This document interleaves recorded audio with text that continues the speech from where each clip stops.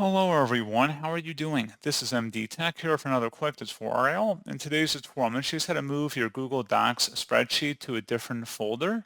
So this should hopefully be a pretty straightforward process, guys. And without further ado, let's go ahead and jump straight into it. So all you have to do is select the File tab up at the top left, and then you want to select where it says Move.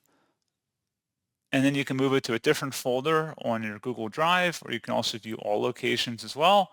You'd select where you want to move it to, and then select Move, and that's all you'd have to do. So pretty straightforward process on that, guys. And as always, thank you for watching. I do hope that was able to help you out, and I do look forward to catching you all in the next tutorial. Goodbye.